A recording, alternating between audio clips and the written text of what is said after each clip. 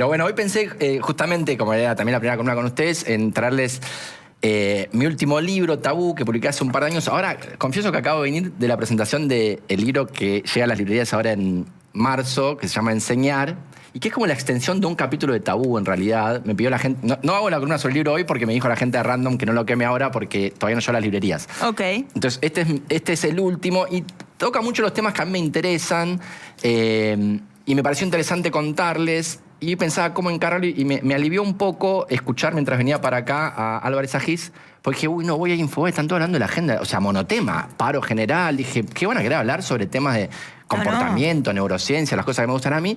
Pero vi que Álvarez Agis estaban charlando con él más como no la situación necesariamente de ahora, sino cómo llegamos a la situación en la que estamos. Y yo creo, y me animo a decirlo porque me acuerdo cuando se los dije con Jessica y con Diego y estaba Fede también. Fede fue el que más me defendió. ¿Yo? Tiene un punto. Sí, me acuerdo que Jessica y Diego eran más como escépticos, lo que yo decía, y Fede decía, no, yo creo que Andrés tiene un punto y... a ver, por ahí me contradigo. Mira que es medio panqueque. Bien.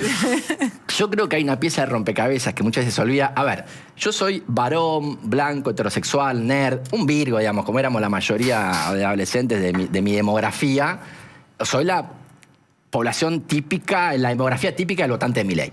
No, he vivido esa realidad toda mi vida porque soy eso, soy varón, blanco, heterosexual, nerd.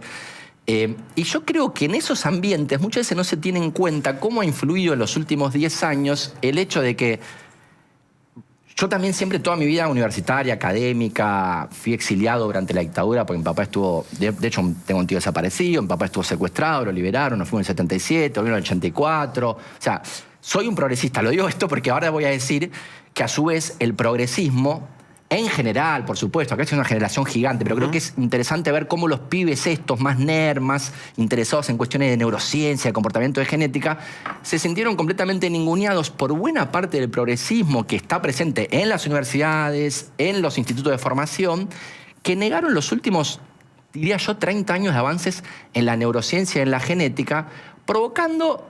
No, bueno, un mal entendimiento intelectual de las cosas, sino que, por ejemplo, dos temas muy importantes, un enorme atraso, que es, por ejemplo, educación y temas de salud mental. Mi libro que presenté ahora es de educación, pero en educación, en los últimos 30 años, lo que se llama la ciencia de la lectura avanzó muchísimo. Hoy sabemos mucho mejor que hace 30 años qué pasa en el cerebro de un niño o una niña cuando aprenden a leer, cuáles son las estrategias óptimas para hacerlo. Y lamentablemente, por razones más históricas y sociales, pero lo que pasó es que en buena parte de las facultades argentinas, diría yo los profesorados que forman a los docentes, no se actualizaron y se siguen usando pedagogías y didácticas hace 30 años que hoy en día sabemos que no funcionan. Y creo que eso... ¿Y eso a qué se debe, Andrés? ¿Qué explicación le encontrás? ¿Por qué pasó? Yo creo que es interesante la pregunta. De hecho, mi hermana es historiadora de la ciencia, Marina Riesnik, le mando un beso, y ella justamente cuando empezamos a hablar entre nosotros y empezamos a hacernos esa pregunta, ¿qué pasó? Y ella escribió un pequeño texto sobre cómo se fue dando el abrazar del progresismo argentino de teorías que hoy están falladas. Y es interesante porque en Cuba, por ejemplo, se alfabetiza bien. ¿Saben? Que en Cuba vos puedes ser izquierda, derecha, no me importa. Vas a Cuba y los pibes saben leer. Sí. Pero vos lo que estás haciendo es un link que decís que hay una responsabilidad de la no modernización de los planes de estudio, por ponerlo más sencillo, Sí. por en buena parte del progresismo. En buena medida sí. ¿Y por qué? ¿En qué se beneficiaría el progresismo de mantener...? No, por eso no pienso que hay una conspiranoia. Simplemente están equivocados con las teorías sobre cómo aprende un niño, cómo funciona el cerebro humano. Porque ¿Pero es por falta de idoneidad o es por...?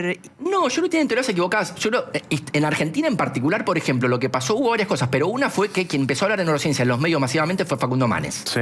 En pleno kirchnerismo. Entonces se lo montó, ¿cómo lo digo elegantemente? No lo digas elegantemente. No lo digo. Bueno, sí, se lo montaron en un huevo a Facundo Manes, que a la neurociencia, todo el progresismo. Entonces, de repente yo iba a dar charlas como neurocientífico del CONICET, y decían, neurociencia medio de derecha, eso. La neurociencia de derecha. Eso me ha pasado. No lo había escuchado. Yo tampoco. ¿No lo escucharon eso? No. Mirá, de hecho, creía que era al revés, que el progresismo lo había abrazado a Manes incluso. No, hoy en día. Pero bueno, hace rato ya que lo abrazó. No, pero yo estoy hablando de cómo empezó. Estamos hablando de las razones históricas. Pero cuando la neurociencia empieza a avanzar mucho, hace unos 15 años atrás, Manes empieza con sus programas de tele, a escribir, se empieza a ser muy conocido como neurocientífico, y enseguida se pasa a la política muy de una perspectiva muy antikirchnerista. Hoy, lo que pasa es que ahora somos todos de izquierda, o sea, ahora Manes es bolchevique. pero en ese momento... Pero, o sea, para el progresismo, las neurociencias es de derecha. Sí, para buena medida. Por suerte cada vez menos. Pero sí, me han dicho muchas... Mira, no quiero quemar a nadie porque tampoco es cuestión de personas, pero a mí me ha pasado... No quiero. Pero me ha pasado de trabajar en organismos estatales donde yo decía, che, hablemos a los chicos y a las chicas de neurociencia porque es re interesante y les copa. Y me dice, voy a consultar arriba. Y cuando vuelven de arriba me dicen que eso es de derecha. ¡Wow! Increíble, no lo había escuchado nunca. ¿No lo escucharon? Para, que la genética es de derecha. Para, que la genética es de derecha, ¿no lo escucharon? Pues, pero la genética... Pero, sí. Pero no es Por ejemplo, en muchos ambientes... Mira, te voy a tirar una, porque en muchos ambientes es visto casi como sinónimo de decir viva el nazismo. Yo te digo que muchos chicos tienen dificultades en aprender matemática porque tuvieron mala suerte en la lotería genética. Para mucha gente, escuchar esto es como escuchar a alguien decir, che, estás por defender a... Claro. No, o el biologicismo, estaba pensando en la cuestión. El biologicismo. Encima me dicen reduccionista, biologicista, cientificista, neoliberal. Por la cuestión de las políticas de género y demás. Y las políticas... Sí, bueno, también, total. Sí. Más acá, digamos. Más acá, total. Esta cuestión de la biología que determine algunos aspectos de la vida en común. Eso es visto con muy malos ojos por el progresismo. Claro, sí, eso sí. Eso sí. Bueno, es que a eso me refería. Neurociencia, biología y genética, biología. Hoy en día no hay dudas de que hay chicos que tienen dificultades en matemática porque tuvieron mala suerte en la lotería genética. La evidencia lo muestra. Yo tengo dislexia y sé que tengo dislexia porque tuve mala suerte en la lotería genética. Las personas que tenemos dislexia, el 75% tenemos una formación atípica en la zona del cerebro que procesa sonidos y eso nos dificulta el reconocimiento de los sonidos del habla, que es la primera etapa de cualquier alfabetización. ¿Pero eso es por el progresismo o porque cada vez somos más brutos? Cada vez la gente tiene menos información y menos...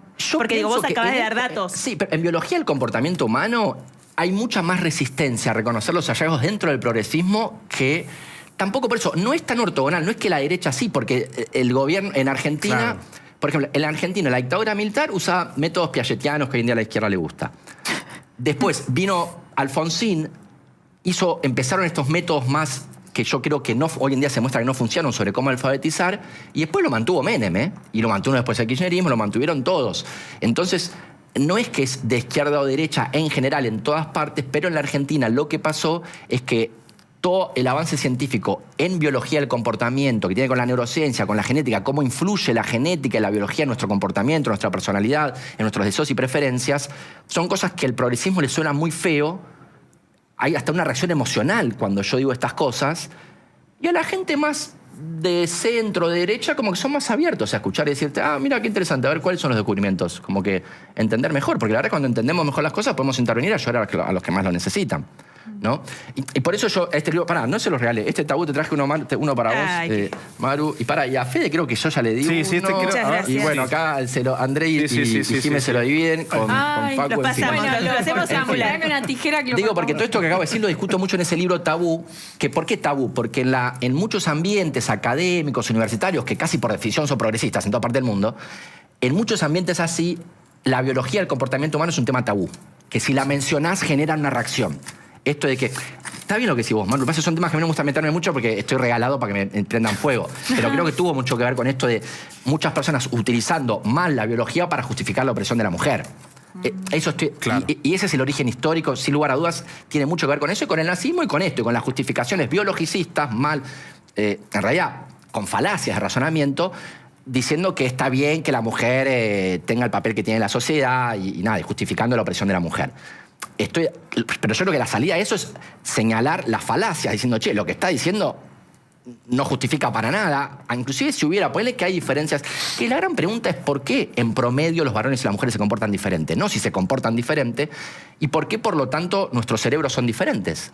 Porque desde el instante mismo del nacimiento, la cantidad de contacto visual que hace un padre con el bebé es diferente si el bebé es varón o mujer.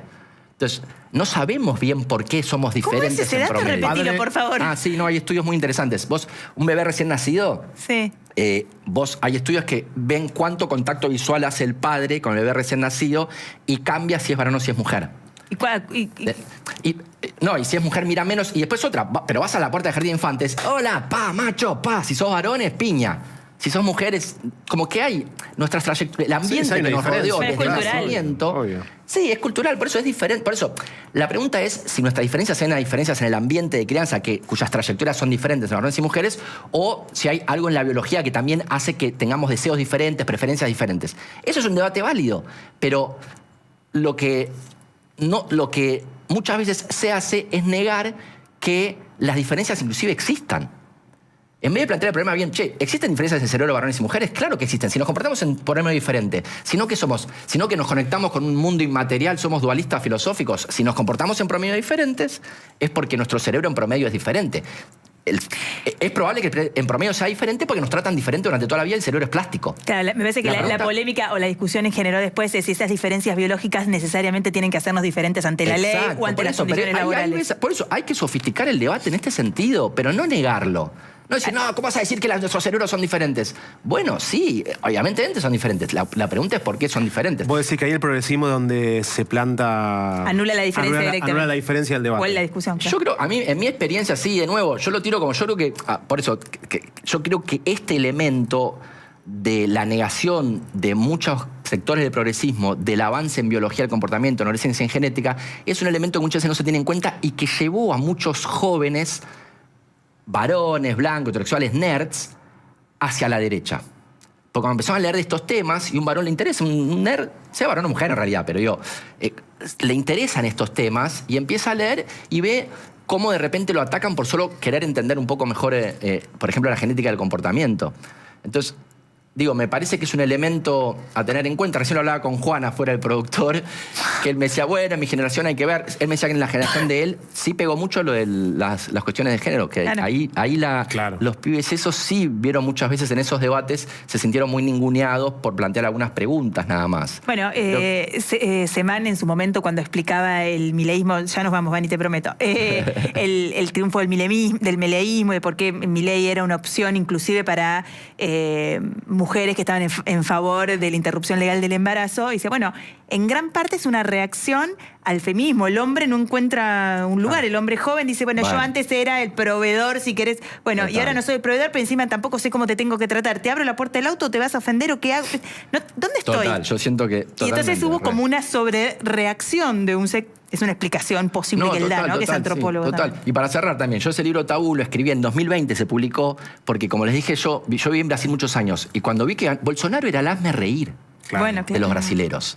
Cuando vi que Bolsonaro gana y empieza a aparecer Milei en los medios... Ojo, claro. Yo le decía a mis amigos, ojo, ¿por qué te puedes ser presidente? Porque tenés la experiencia de Brasil. Y me decían mis amigos, nah, boludo, ¿cómo va a ser presidente este loco? Y Tabú lo escribí un poco casi como una catarsis, diciendo a la gente con la que yo charlaba, que eran todos progres, la verdad se ha dicho, la mayoría, porque yo me voy a los ambientes y soy progre, fue casi un grito de decir, gente, hablemos de seriedad con estos asuntos, no seamos negacionistas, porque son interesantes y la ciencia sigue avanzando y estamos alejando un montón de chicos y chicas que te interesan en estos temas y expulsándolos hacia pensadores más de derecha. Entonces, eso un poco, por eso Tabú es esa catarsis en un punto. Genial, espectacular. Bueno. Andrés, bienvenido. Un placer. Bueno, por favor, muchas gracias. Siento que nos vamos a divertir. Sí, totalmente. No siempre igual toco temas tan peliagudos. A veces hago juegos, a veces hago juegos más de ciencia. Hemos jugado mucho el año pasado. Hemos jugado mucho. Mago, sí. Andrés, muy juegos de magia. Entonces, pero no es temeroso y eso hoy se agradece en los medios de comunicación. Así bueno, gracias. Muchas gracias. Andrés ni con nosotros gracias, va a estar los jueves, un jueves Teo, hacemos matemática, y otro jueves un poco de ciencia y conversación con Andrés. Muy bien, Andrei, me quedo con vos. Escuchame una cosa, esta noticia hoy me generó un poquito de, ¿no? Donald Trump, presidente de Estados Unidos, ¿quiere tropas argentinas en Gaza? ¿Es así?